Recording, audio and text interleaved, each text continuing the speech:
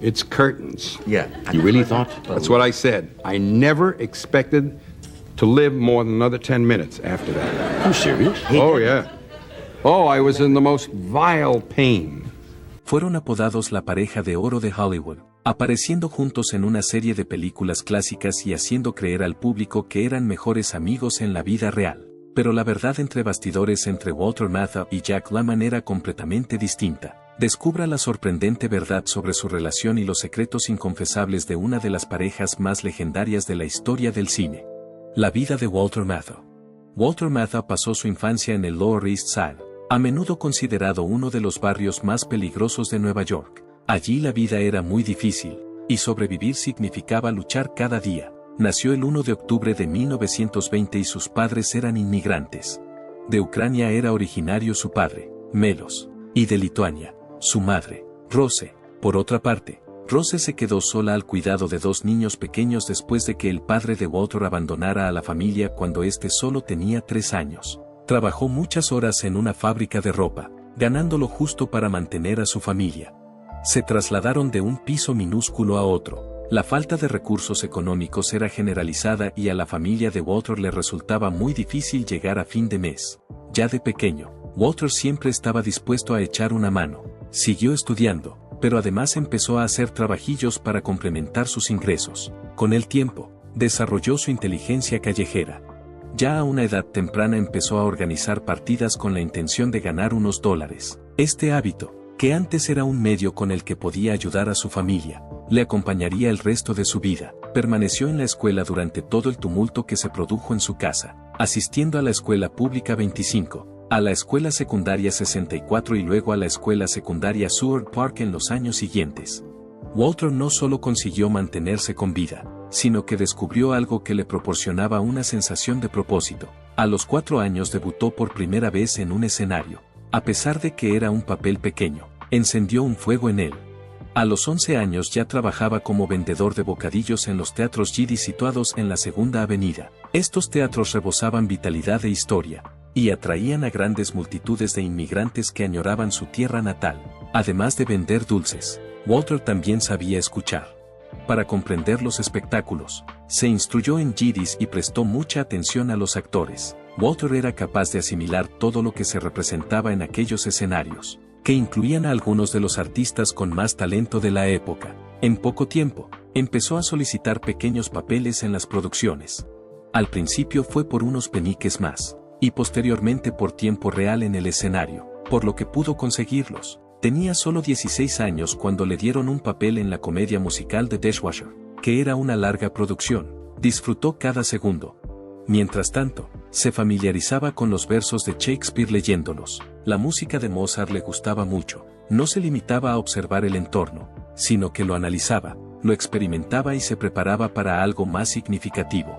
Después, el planeta sufrió una transformación. Partió de Nueva York en 1942 e inició su carrera militar. Durante la guerra, formó parte del 453º Grupo de Bombardeo, encargado de volar en misiones sobre Europa. El trabajo era incesante. Durante la Batalla de las Ardenas y otras acciones significativas, su unidad se situó en medio de una dura batalla. Antes de concluir la guerra, Walter fue condecorado con 6 estrellas de combate. Durante esos años, pudo comprender más profundamente el sufrimiento y el humor que existen en el mundo. A su regreso a Estados Unidos en 1945, persiguió con determinación el ideal que había empezado a vivir en los teatros Yiddish. Pudo pagarse los estudios de teatro gracias al G.A. Bell. Erwin Piscator, un conocido director alemán, fue su profesor en la New School for Social Research, donde recibió su educación. La instrucción que recibió moldeó su estilo, le ayudó a profundizar en los papeles, permitiéndole actuar con sentimientos genuinos en lugar de limitarse a memorizar líneas. Su vida personal también progresaba al mismo tiempo que su profesión de actor empezaba a tomar forma. En los años que siguieron a la guerra, se rodeó de otros intérpretes, como Rod Steiger, Harry Belafonte y Bea Arthur, entre otros. Su encuentro con Grace Geraldine Johnson tuvo lugar en el ámbito artístico. Se casó con ella en 1948 y tuvieron 2 hijos, David y Jenny. Sin embargo, la vida siguió siendo impredecible. Como resultado de sus luchas en Broadway, Walter apareció en una obra de teatro después de un musical que no tuvo éxito. Entre los años 1950 y 1954, apareció en 12 obras de teatro que no tuvieron éxito. Debido a la tensión que suponía tener un trabajo y a la vez criar a una familia, el matrimonio llegó a su fin en 1959. Después de 11 años de existencia, el camino que Walter Matthau siguió para alcanzar el éxito en Broadway no fue ni fácil ni rápido. Durante el año 1961, las cosas no le iban muy bien. There Was a Russian, la película en la que acababa de actuar, fue un fracaso, y su carrera pareció estancarse. Después, se produjo un momento crucial. En Nueva York, le dieron un papel en la producción de A Shot in the Dark, que se representaba en el Booth Theater. Varios actores conocidos, como Julie Harris y un William Shatner más joven, participaron en la producción de la obra, que era una adaptación de un guión francés. Al principio, la crítica no se mostró muy entusiasmada con la obra. Sin embargo, a medida que se corrió la voz, la obra se convirtió en un gran éxito y se representó durante más de un año, gracias a su capacidad para interpretar a un detective de una manera a la vez humorística y profundamente humana. Matthau desarrolló un estilo que se convirtió en su sello distintivo. Gracias a su interpretación, recibió su primer premio Tony, lo que demostró que era algo más que un simple actor secundario, era alguien a tener en cuenta. Cuando la obra fue adaptada al cine, Matthau también participó en ella, aunque en un papel completamente distinto al de la producción original. Además, las cosas también iban bien en casa durante este periodo. Estaban rebosantes de alegría y esperaban su primer hijo en común. Él y su esposa Carol estaban encantados. Estaba claro que Matthau llevaba mucho tiempo esperando su gran oportunidad, porque tenía 41 años cuando todo esto ocurrió. Pocos años después, en 1964, Matthau obtuvo el papel que cambiaría para siempre la imagen que la gente tenía de él. Durante el rodaje de La extraña pareja, asumió el papel de Oscar Madison, un desordenado e irritable periodista deportivo que contrastaba totalmente con su compañero de piso, Art Carney. Mike Nichols fue el director del programa y Neil Saman el guionista. El programa fue un éxito instantáneo en cuanto se estrenó. El público adoraba tanto a Matthau que le concedieron su segundo premio Tony. Su desordenado atractivo, que iluminaba el escenario, fue la razón por la que ganó el premio. Solo era Oscar Madison, según muchos, que pensaban que no daba en absoluto la impresión de estar actuando. Las entradas para la representación se revendían a precios elevados debido a la enorme popularidad de la producción. Una escena concreta, en la que Oscar cocina una comida, habla con sus amigos del póker y acepta una llamada telefónica, se convirtió en un momento icónico de la industria del entretenimiento. El papel ayudó a Matthau a consolidarse como un auténtico protagonista. Es interesante señalar que estuvo a punto de rechazar el papel porque le preocupaba ser estereotipado. Sin embargo, su mujer le convenció para que lo aceptara afirmando que era ideal para él. Tenía toda la razón. La película The Fortune Cookie, estrenada en 1966, fue el catalizador del meteórico ascenso de Matthau a la fama en la industria cinematográfica. Matthau y Jack Lemmon aparecieron juntos en la película por primera vez. Billy Wilder fue el director de la película. Matthau tuvo el éxito suficiente para ganar un Oscar por su interpretación de Whiplash Willie, un abogado. Tras sufrir un infarto a mitad del rodaje, necesitó una intervención quirúrgica inmediata. El proyecto quedó en suspenso durante 2 meses y, sin embargo, Wilder declinó la oferta del estudio de buscarle un sustituto. En sus palabras, no habría película si Matthau no estuviera presente. Aunque Matthau seguía dolorido cuando regresó al plató, reunió fuerzas para completar la actuación. Con ese trabajo, todo fue diferente. Posteriormente, Wilder declaró que Matthau se convirtió en un tipo de estrella totalmente diferente con el estreno de La Galleta de la Fortuna. En realidad, Jack Lemmon había sido quien abogó por él para el papel, a pesar de que el estudio había preferido a alguien más reconocido, como Frank Sinatra. Cuando Matthau recogió el Oscar, bromeó diciendo que quería dar las gracias a todos los que habían contribuido a su éxito, con la excepción de Jack Lemmon. Su actuación fue elogiada por la crítica. La película no solo recaudó dinero, sino que también elevó a Matthau a una posición prominente en la industria del entretenimiento. Además, la vida personal de Matthau estuvo llena de altibajos a lo largo de estos mismos años. Tras un largo romance que comenzó durante una obra de teatro en la que ambos trabajaron juntos, finalmente se casó con Carol Grace en el año 1959. La historia de Carol estuvo plagada de dificultades, incluidos 2 matrimonios fallidos con el escritor William Saroyan y acusaciones de comportamiento inapropiado. Sin embargo, declaró que descubrió algo distinto en Matteau, alguien apasionado y cariñoso a la vez. En 1962, dieron la bienvenida al mundo a un niño al que llamaron Charles. Lo llamaron así por el padrastro de Carol, que era una figura importante en el sector de la aviación. Un conocido actor llamado Richard Widmark y una periodista llamada Lillian Ross ejercieron de padrinos del inocente niño. Sin embargo, no todo era lo que parecía. A mediados de los 60, tenía una deuda de más de 350,000 libras. Más de $3 millones en la moneda actual. Carol se mantuvo firme en su apoyo a él, afirmando que no permitiría que las preocupaciones financieras afectaran a su matrimonio. Una vez bromeó diciendo que otros cónyuges gritarían por un problema como el suyo, pero a ella no le importaba porque lo que más le importaba era el amor. La vida de Jack Lemmon. En la época en que Matteau dejaba su impronta en el teatro y el cine, la historia de Jack Lemmon ya había comenzado de forma dramática, y empezó en un ascensor. Antes incluso de llegar al mundo, nació en el año 1925 en el estado de Massachusetts, y ni siquiera llegó a la sala de partos. Gracias al empleo de su padre en la Donner Corporation of America, Lemmon disfrutó de una infancia cómoda. En otros aspectos, sin embargo, sus años de formación fueron difíciles, debido sobre todo a graves problemas de oído. Estuvo hospitalizado un total de 2 años antes de cumplir los 12. Se sometió a varias intervenciones quirúrgicas y no fue a la escuela durante un tiempo considerable. Además, para complicar aún más las cosas, sus padres tenían un matrimonio problemático. El hecho de que nunca se divorciaran pudo deberse a las convicciones religiosas que tenían. Sin embargo, siempre había una sensación de tensión. A pesar de todo, Lemmon tenía claro que quería ser actor. Cuando solo tenía 4 años, su padre le dio un papel en una obra de teatro, que fue la primera vez que interpretó, incluso mientras se recuperaba de las operaciones.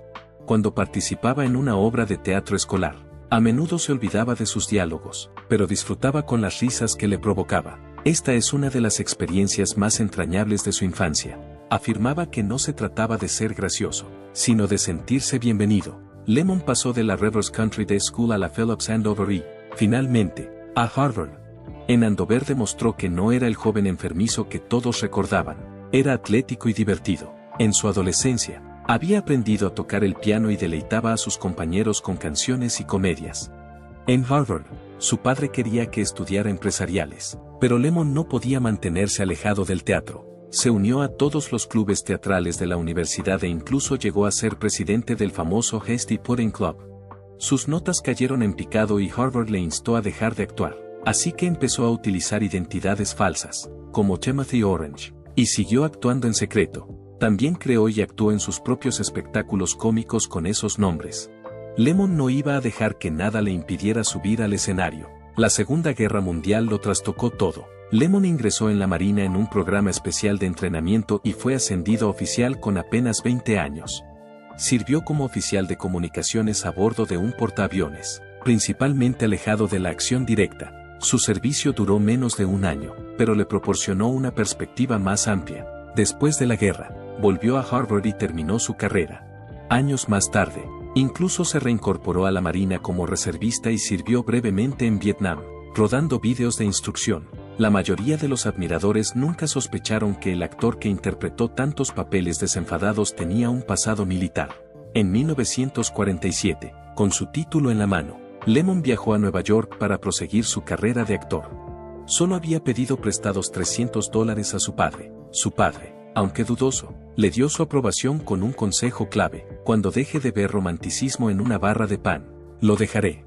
Lemmon tuvo dificultades al principio. Tocaba el piano y hacía chistes en un local llamado Old Neck Music Hall. A veces, ni siquiera le pagaban, solo una cena y el dinero que le sobraba los fines de semana. Pero siguió adelante, hizo trabajos esporádicos, actuó en teatro de verano, trabajó en radionovelas y, poco a poco, empezó a conseguir papeles en televisión.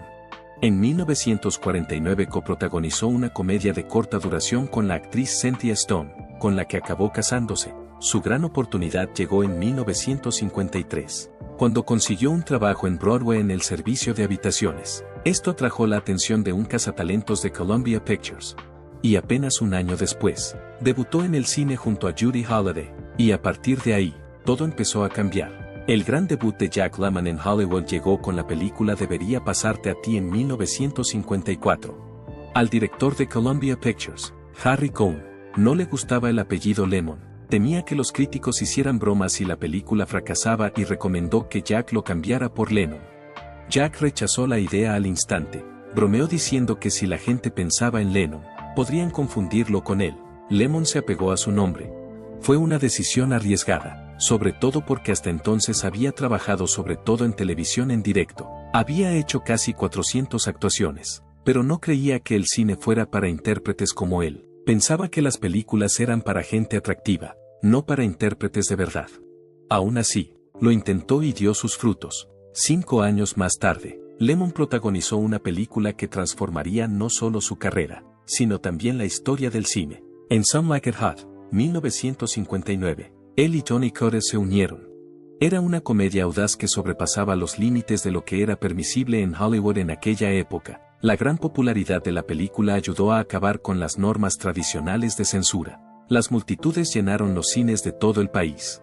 En solo 96 cines durante su primer mes, recaudó casi 2,5 millones, una cifra notable en 1959. La interpretación de Lemon fue un éxito tanto entre los fans como entre la crítica. Ganó un Globo de Oro, un premio BAFTA británico e incluso obtuvo una nominación al Oscar. Aunque no ganó el Oscar ese año, la película contribuyó a cimentar su reputación como gran intérprete de comedia. Décadas después, fue aclamada por la Biblioteca del Congreso como una de las películas más importantes de la historia de Estados Unidos. Mientras Some Like It Hot hacía reír a los espectadores, otra película mostraba la dimensión trágica de Lemon. Tuvo un papel protagonista en la película de 1973 Salvar al Tigre, que era una película mucho más modesta con un mensaje mucho más profundo. Harry Stone, un atribulado hombre de negocios que sufría durante la guerra de Vietnam, era el personaje que interpretaba. La película no hizo mucho dinero, y estuvo peligrosamente cerca de no crearse en absoluto. Lemon creía tan firmemente en el guión que trabajó durante años para hacerlo realidad, a pesar de que los estudios no estaban interesados en hacer una película con mensaje. Incluso consintió en trabajar por un salario muy exiguo, que era de solo $165 a la semana, además de recibir una parte de los beneficios. El proyecto contaba con un presupuesto limitado, por lo que decidieron rodarlo en Los Ángeles, utilizando modernos equipos móviles de filmación, lo que les ayudó a ahorrar dinero. La interpretación de Lemon fue alabada por la crítica una vez que la película se puso a disposición del público. Al final, fue galardonado con el Oscar al mejor actor, convirtiéndose en la única persona en la historia de la industria cinematográfica en ganar tanto el premio al mejor actor secundario como el premio al mejor actor. A pesar de que la película en sí no recaudó mucho dinero, fue un momento de orgullo. Otro riesgo que corrió Lemon fue en 1982, cuando dirigió el drama político Messing, basado en una historia real. Ed Orman, un padre que buscaba a su hijo tras su desaparición durante un golpe de estado en Chile, era el personaje que interpretaba, aunque no identificaba a la nación. El mensaje del video era inequívoco, y como resultado, el gobierno de Chile decidió prohibir la película. Lemon colaboró cuidadosamente con el verdadero Ed Orman para asegurarse de que el papel se representara de forma honesta, especialmente en lo que respecta a su origen cristiano. Una sola visión pacífica sobresalía. Cuando alguien pregunta qué es la ciencia cristiana, el personaje interpretado por Lemon responde que solo se trata de fe. El hecho es que responde, esa afirmación encapsulaba la esencia de la película, así como la fuerza discreta que Lemon tenía como actor. Unos años antes del estreno de Messing, la vida de Lemon sufrió otro cambio importante. Relación de tensión. Llegó a conocer a Walter Matthau. En el año 1966, el director Billy Wilder expresó su interés por contratar a Matthau para el papel del abogado que hablaba rápido en The Fortune Cookie. Puede que el estudio no lo supiera. Aunque deseaban a alguien con un mayor nivel de fama, como Frank Sinatra o Jackie Gleason, Wilder permaneció impasible. El resultado encajaba a la perfección, y Lemon estaba de acuerdo con ello. La conexión entre ellos fue notable desde el minuto en que rodaron juntos. Matthau interpretaba el papel del cuñado de Lemon, mientras que este hacía el de un director de fotografía amable y apacible. A pesar de que el rodaje tuvo que interrumpirse porque Matthau sufrió un ataque al corazón, la película fue un gran éxito y el actor fue galardonado con un Oscar. Fue necesario que los diseñadores de vestuario utilizaran grandes chaquetas para ocultar el hecho de que había perdido 30 libras cuando regresó. Es interesante señalar que Lemon sufrió una pérdida de peso durante el rodaje. 24 kilogramos, probablemente como consecuencia del estrés o la solidaridad. Las secuencias futbolísticas de la película aportaron una dimensión adicional de autenticidad a la experiencia global. Para el rodaje, que tuvo lugar durante un partido real de los Cleveland Browns, utilizaron como extras a auténticos deportistas y a cientos de aficionados que desconocían el acontecimiento. En caso de que los Browns no pudieran participar en los nuevos rodajes, un equipo colegial contribuyó a la producción, en todos los aspectos imaginables. Lemon y Matteau eran polos opuestos. En todas las situaciones, Lemon fue amable, bien preparado y exacto. Cuando llegaba al lugar de rodaje, ya estaba familiarizado con el guión completo. Matteau, en cambio, era famoso por su irritabilidad y su falta de previsibilidad. A pesar de que hablaba lo que le daba la gana y no le importaba quién lo oyera, las diferencias entre ambos hicieron que sus colaboraciones en pantalla fueran especialmente memorables. Lemon era un hombre pequeño que siempre vestía correctamente. Matteau no solo era alto y desaliñado, sino que también tenía una voz profunda y grave. Incluso el hecho de que sus voces fueran tan distintas contribuyó al efecto cómico. Volvieron a encontrarse para la película The Odd Couple, La extraña pareja, en 1968. Matteau ya había interpretado el papel de Oscar en el teatro, pero Lemon no fue considerado inicialmente para el papel. Se pensó en figuras tan conocidas como Frank Sinatra y Dick Van Dyke. Por otra parte, cuando finalmente se montó la adaptación cinematográfica, Lemon fue elegido para el papel de Félix, el limpio. Matteau hizo su reaparición como Oscar, el descuidado. Juntos formaron uno de los dúos más legendarios de la historia del cine. La película tuvo tanto éxito que dio lugar a una serie de televisión y a una secuela. Gracias a su genuina amistad, la magia se potenció. En 1974 volvieron a trabajar juntos en la película The Front Page, esta vez en el papel de periodistas impetuosos. Era una comedia más seria y enérgica que el material que habían hecho en el pasado. A pesar de que no recaudó tanto dinero, la película mostró un aspecto distintivo de sus habilidades. La forma en que intercambian frases de un lado a otro fue una de las favoritas de la crítica. En 1993, tras un periodo de relativa inactividad, hicieron un regreso triunfal con el álbum Grumpy Old Man. Aunque solo pretendía ser un ligero estreno navideño, la película acabó siendo un gran éxito a pesar de su escasa trascendencia. Los papeles de dos irritables vecinos que rivalizaban por la misma mujer fueron interpretados por Lemon y Matteau. El público disfrutó viéndoles enfrentarse y gastarse bromas mutuamente. Sin embargo, tras la superficie de los gags, la película incluía un mensaje genuino.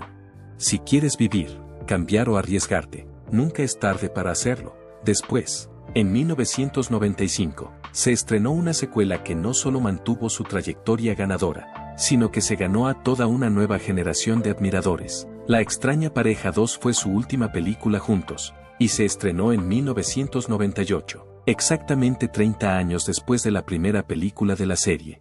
Durante años, el concepto había estado guardado en un cajón, pero no fue hasta la popularidad de Grumpy Old Man cuando por fin se hizo realidad.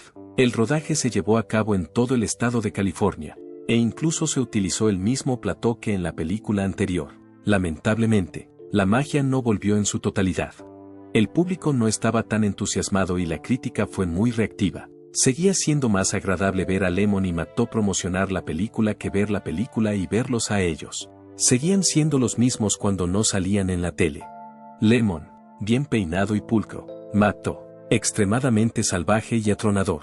A pesar de que la película no tuvo éxito, fue el capítulo final de una colaboración que había durado más de 3 décadas. Ya de niño estaba ansioso por experimentar la emoción de asumir riesgos. Lemon se enfrentó a problemas personales.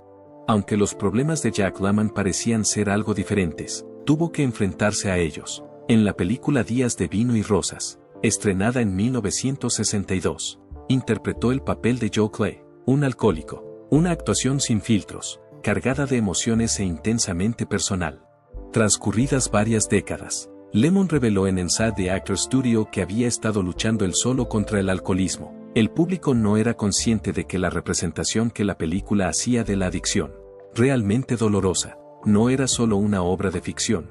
Resultó ser un espejo. En ese momento concreto, la actuación de Lemon es casi demasiado genuina. Según los críticos, su veracidad era espeluznante. La escena en la que Joe arremete contra su mujer con rabia, con tensión en los ojos y desesperación en la voz, destacó como un momento especialmente memorable. Fue por este papel por el que Lemmon recibió una nominación al Oscar. Sin embargo, la influencia no se limitó solo a los honores. Tras el rodaje, Blake Edwards decidió abstenerse. La decisión de unirse a Alcohólicos Anónimos fue finalmente tomada tanto por Lemmon como por su coprotagonista Lee Ramick. Se habían sentido inquietos por la película, al igual que el público. Pasado algún tiempo, Lemmon se refirió a la representación como una de las partes más significativas de su vida, no solo como actor sino también como persona. No solo se parecía a la vida, sino que era arte lo que lo hacía. Supuso un reto para él y lo alteró. El estado de salud de Matto empezó a deteriorarse con el paso del tiempo, cuando estaba rodando La Galleta de la Fortuna. En 1966, sufrió un infarto, que fue el principio de algo.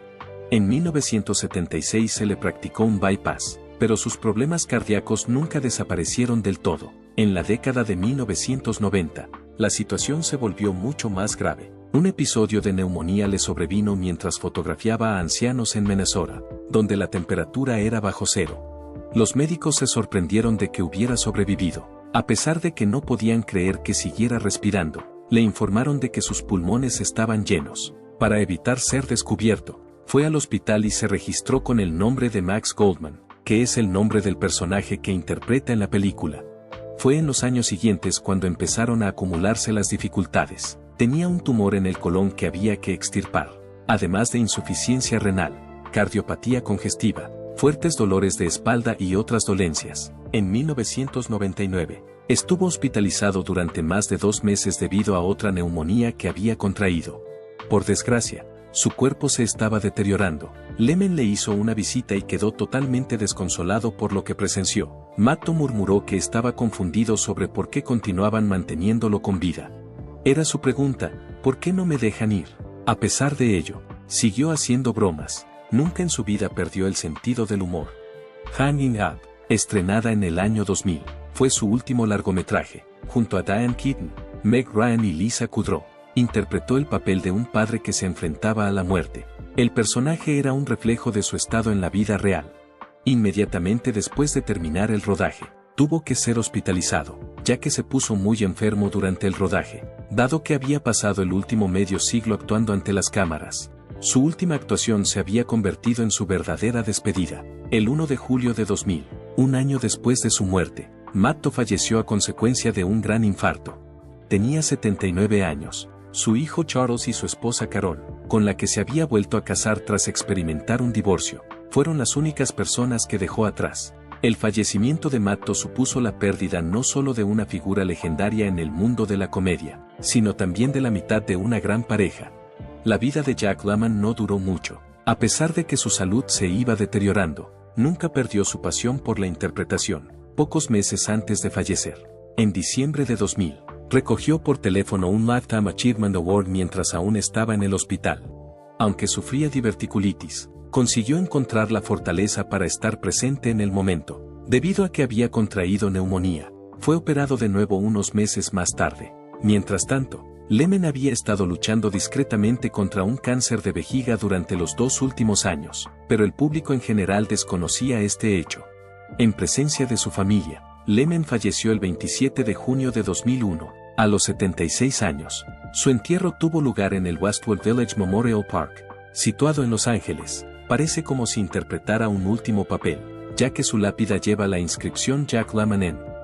La carrera de Lemmon empezó a brillar en la década de 1950, con su primer papel en la película Te debería pasar a ti, 1954, coprotagonizada por Judy Holliday. Solo un año después, ganó su primer Oscar al mejor actor de reparto en la película Mr. Roberts, 1955. Este fue un hito importante, que allanó el camino para una serie de papeles memorables posteriores.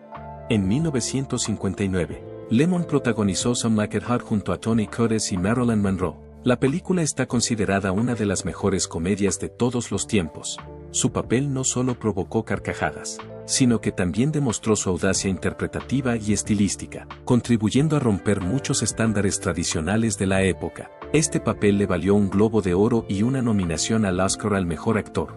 Sin detenerse en la comedia, Lemmon demostró su capacidad para actuar en grandes tragedias en la película Salvad al Tigre, 1973. El papel le valió su segundo Oscar, esta vez al mejor actor.